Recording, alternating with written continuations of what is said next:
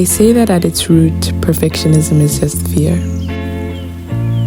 The fear of making a mistake, the fear of what others would think, the fear of failure. And for the last couple of months, that has made me rather, well, counterproductive.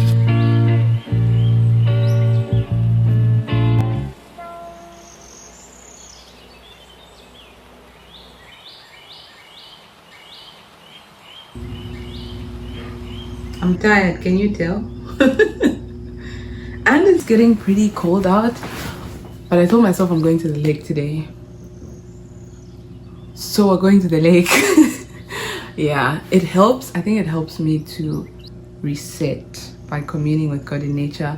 And so I just have to do it. I just have to do it. Because I've been in a creative rut for a really long time. A really long time. I just have not been able to create content. I've used a lot of excuses to try and justify myself, but I think it's just I constantly feel the need to like create perfect content, whatever that means. And so, okay, the issue is I don't like being bad at things.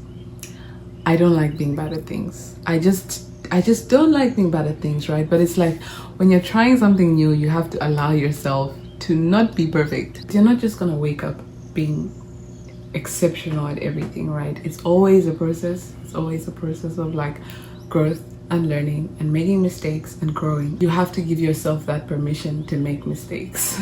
Wow, I needed to hear that. So yeah, so let's go.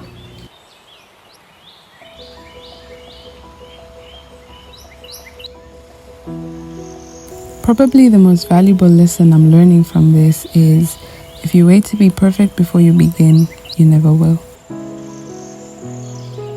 You have to allow yourself to be bad at things because at the end of the day, the greatest opportunity you have for growth lies in your ability to make mistakes and learn from them.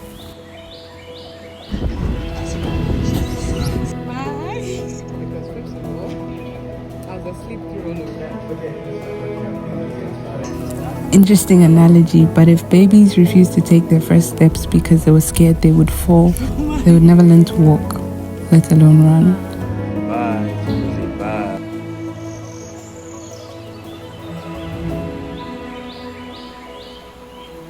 It's kind of the same thing with the Christian faith. The Bible tells us in 1 Peter that Christians are like babies that grow day by day in the faith, becoming stronger with every obstacle they overcome. If we are constantly waiting for a time when we are better people, more holy, more deserving before we can come to God, we never will.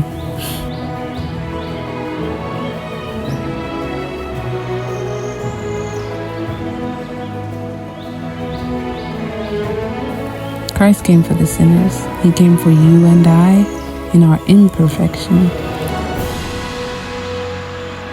And so we can come to Him as we are. He will teach us how to walk. So maybe this season was to teach me that object lesson. Regardless, we are prioritizing progress, both spiritually and creatively in this next season.